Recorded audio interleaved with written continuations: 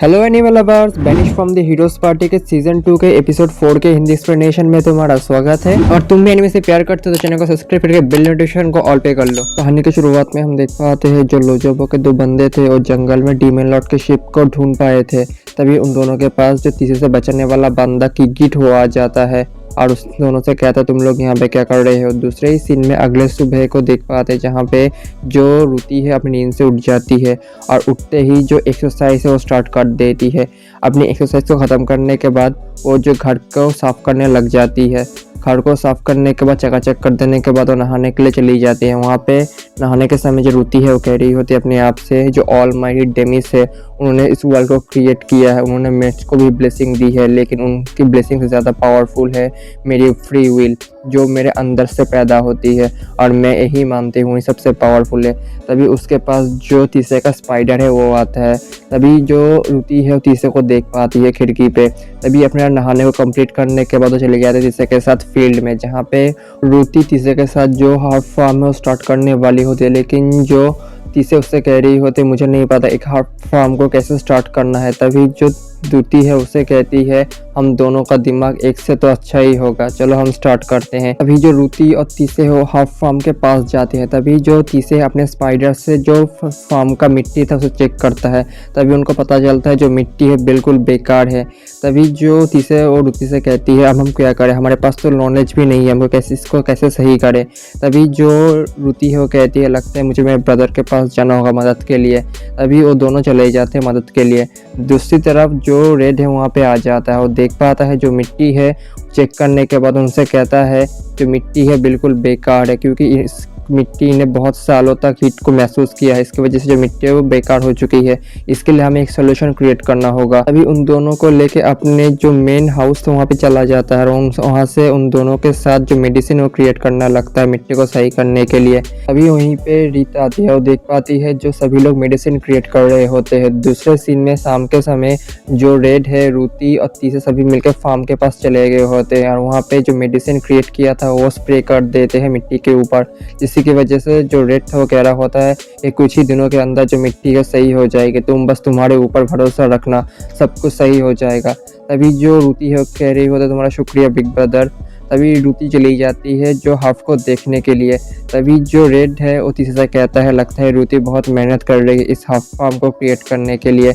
मुझे ये देख के खुशी हो रही है जो रूती है अपनी लाइफ बहुत ही अच्छे से जी रही है अपनी मर्जी से।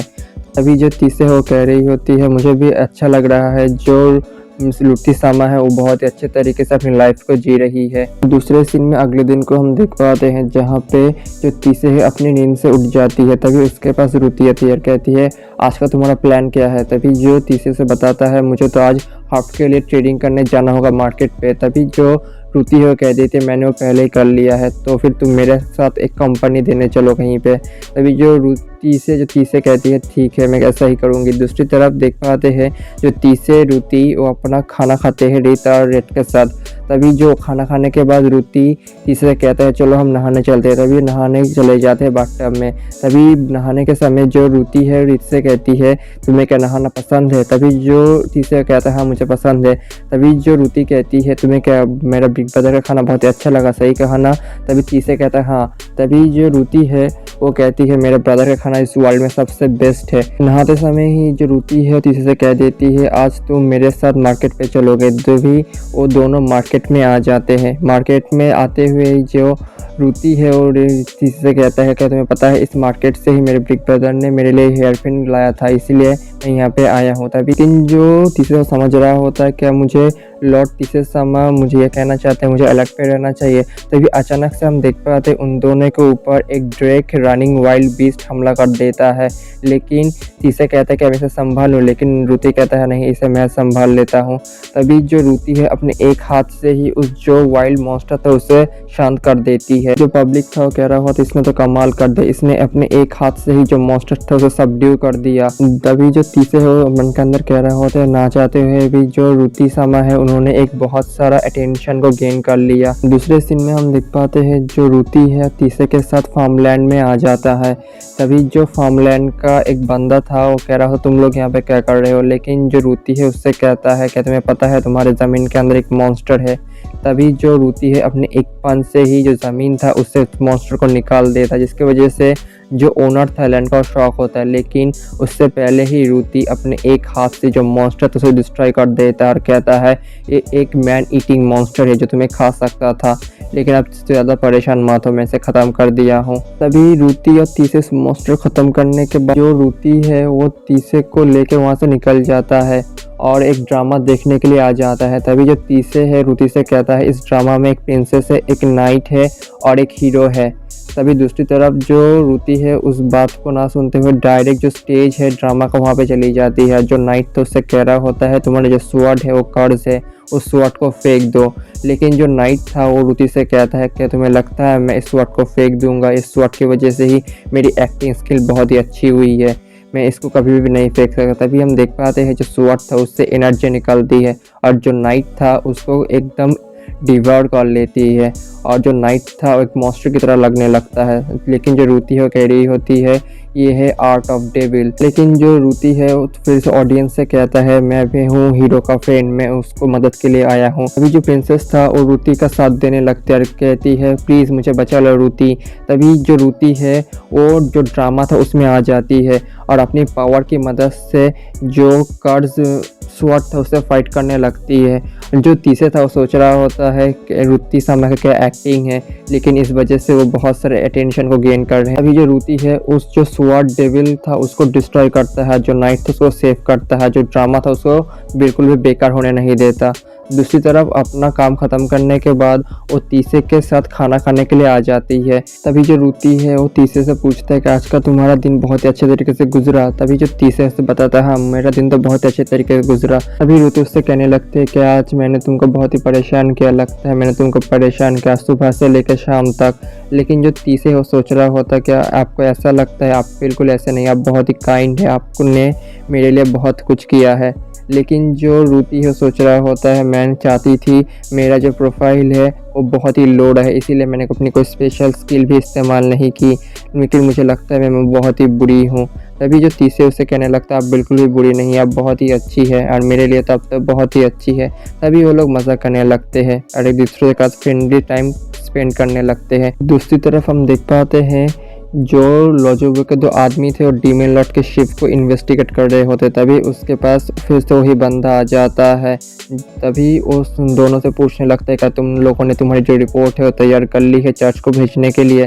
तभी वो दोनों बंदे कह रहे होते हैं सही कहा, हमें पता चला है ये हीरो रूती का एयरशिप है जिसकी मदद से वो यहाँ पे आया है, हमको ये इन्फॉर्मेशन जरूर से भेजना होगा। अगर तुम्हें वीडियो पसंद आ रही है तो कमेंट बॉक्स में जाके इमोजी से छोटा सा एक कमेंट कर दो और ऐसे ही बहुत सारे एनिमे के लिए चैनल को सब्सक्राइब करके बेल नोटिफिकेशन को ऑल पे कर लो।